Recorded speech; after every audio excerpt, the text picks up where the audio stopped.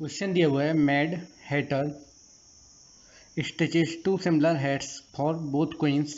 He makes a percentage of profit by selling the first hat for $1300 to white queen, which is equal to percentage of loss included by selling the other hat for $700 to red queen. What is percentage of profit or percentage of loss in this transaction? तो चलिए देखते हैं कैसे करते हैं इस question को।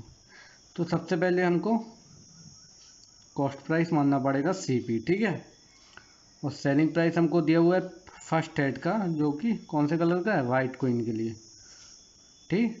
तो उसका सेलिंग प्राइस कितना है, $1300, ये सेलिंग प्राइस है, ठीक है।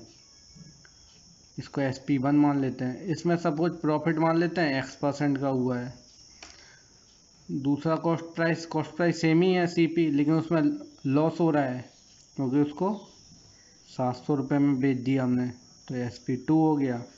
ओके, इसमें लॉस मान लेते हैं X% का, ठीक।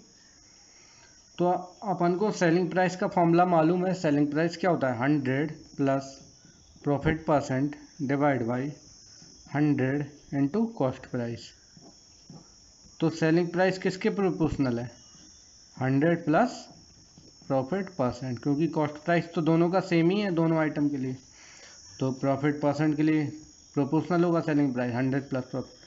तो यहाँ से अपन फाइंड कर लेंगे SP1 upon SP2 equal to क्या होगा, 100 plus P1% profit divide by 100 plus P2% profit, ठीक है। अब देखिए SP1 हमको दिया हुआ है 1300 रुपये, SP2 भी दिया हुआ है 700 रुपये, इक्वल टू पहले में प्रॉफिट हो रहा है तो 100 प्लस X, दूसरे में लॉस हो रहा है तो 100 माइनस X, ठीक है। तो यहाँ से हम X का वैल्यू फाइंड कर लेते हैं। तो यहाँ से X क्या आएगा, यहाँ से क्रॉस मल्टीप्लाई कर देंगे तो 1300 minus 13X equal to 700 plus 7X।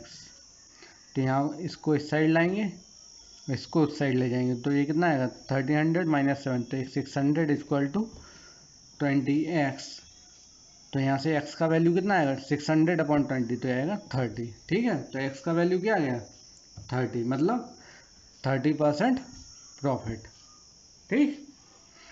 अब इसको मैं करने का आपको एक और मेथड बताता हूँ, अच्छा ठीक है। एक और मेथड से इसको कैसे सॉल्व कर सकते हैं।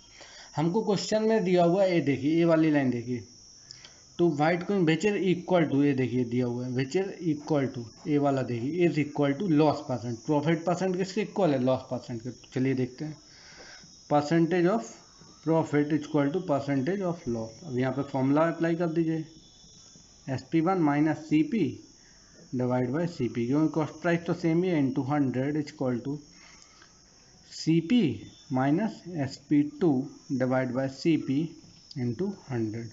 ये प्रॉफिट का फॉर्मूला हो गया है, प्रॉफिट परसेंट का, ये लॉस परसेंट का, ठीक है। SP1 हमको दिया हुआ है 1300 माइनस कॉस्ट प्राइस CP दिया हुआ है डिवाइड बाई CP, और ये 100 से 100 कैंसिल हो जाएगा, equal to CP minus SP2 दिया हुआ है हमको कितना, 700 डिवाइड बाई CP, तो CP से CP भी कैंसिल हो जाएगा। तो यहाँ से कॉस्ट प्राइस क्या आएगा, अपन यहाँ से आप यहाँ से सॉल्व कर लेंगे कॉस्ट प्राइस, तो ये आएगा 1000 रुपीज़, ठीक है, $1000, ओके, डॉलर में दिया हो तो $1000 आ जाएगा। अपन को प्रॉफिट परसेंट फाइंड करना है, तो प्रॉफिट परसेंट कितना होगा, प्रॉफिट परसेंट क्यों फाइंड कर रहे हैं, क्योंकि कॉस्ट प्राइस 1000 है और सेलिंग प्राइस 1300, तो यहाँ अपन प्रॉफिट परसेंट फाइंड करते हैं। 1300 minus selling price minus cost price divide by cost price into 100, तो ये कितना आ जाएगा, 30%। तो ये हमारा आंसर हो गया, ओके। क्वेश्चन दिया हुआ है, captain Barbossa sold 2 jars of dirt to captain Jack Sparrow for $990 each. On one he got 10% profit and on the other he got 10% loss. Barbosa percentage of profit और percentage of loss on whole transaction। तो चलिए देखते हैं कैसे करते हैं। तो एक कॉस्ट प्राइस दिया हुआ है CP और सेलिंग प्राइस दिया हुआ है क्या, SP। तो बोल रहा है एक को हमने $990 में बेचा, उस पर हमको 10% का प्रॉफिट हुआ कॉस्ट प्राइस पे। और दूसरा जो प्रोडक्ट है CP, ठीक है, उसको हमने सेलिंग प्राइस में बेचा 990 में, सेलिंग प्राइस क्या 990, उस पर मेरे को 10% का क्या हुआ, लॉस। तो यहाँ से अगर अपन सेलिंग प्राइस अगर फाइंड करेंगे यहाँ से, तो सेलिंग प्राइस क्या आएगा यहाँ से, तो सेलिंग प्राइस क्या है, सेलिंग प्राइस का फॉर्मूला क्या होता है, 100 plus profit percent divide by 100 into cost price. तो 100 प्लस प्रॉफिट परसेंट कितना है 10 डिवाइड बाय 100 इंटू CP। तो यहाँ से कॉस्ट प्राइस क्या आ जाएगा, CP equal to 100 by 110 into selling price, ठीक है। और सेलिंग प्राइस हमको दिया हुआ है 990, तो 100 अपॉन 110 इंटू 990। तो यहाँ ये 9 टाइम्स कट हो जाएगा, तो ये कितना आएगा कॉस्ट प्राइस 900 रुपीज़, ठीक है। ठीक, ये CP1 मान लेते हैं, CP2, तो CP1 यहाँ से कितना आ गया, CP1 900 रुपीज़ आ गया, ठीक है।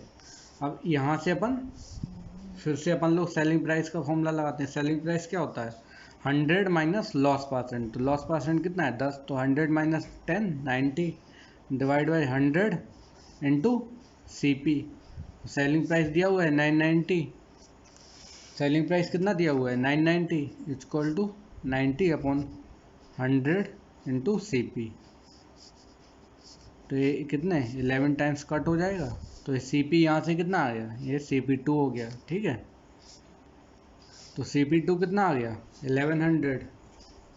अब देखिए अपन लोग क्या, अपन को CP1 मालूम है, CP2 मालूम है, SP1 मालूम है, और ये SP1 मान लेते हैं, ये SP2 मान लेते हैं, ठीक।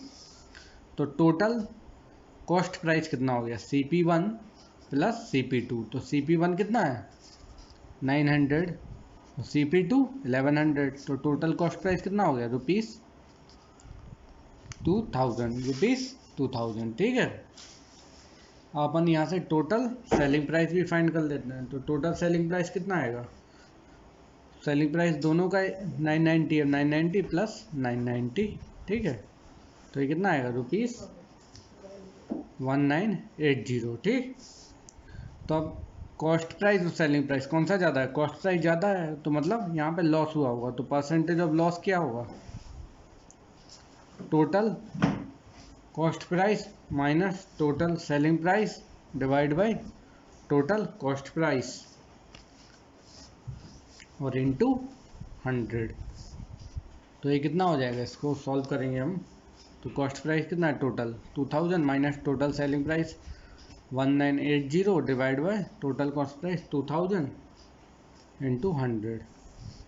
तो इसको अपन फाइंड करेंगे, तो ये कितना आएगा, ये आप इसको सॉल्व करेंगे तो ये आएगा 1%। अब मैं इस क्वेश्चन को करने का एक और मेथड बता दे रहा हूँ। मैंने बोला था आपको, फॉर्मूलों में बताया हुआ है कि अगर सेम ट्रांजेक्शन पे सेम परसेंट का प्रॉफिट X% मान लेते हैं, प्रॉफिट हो रहा है और X% का लॉस हो रहा है, तो वहाँ पे हमेशा लॉस होगा, और वो लॉस कितना होगा P²/100 equal to L² by 100 इतना होगा। तो P या L सेम ही है यहाँ पे, तो यहाँ पे P का वैल्यू पुट कर दें 10 का स्क्वायर डिवाइड बाई 100, तो परसेंटेज ऑफ लॉस कितना आ गया 1%, ठीक है। तो यहाँ से कर लीजिए, ये शॉर्ट ट्रिक हो गया। तो चाहे अपन लोग ये मेथड से, मतलब जैसे अपन करते हैं कॉस्ट प्राइस निकालो, सेलिंग प्राइस निकालो, फिर लॉस परसेंट, तो वैसे भी कर सकते हैं, ठीक है। तो इसका आंसर कितना हो जाएगा 1% लॉस, ठीक है। Thank you.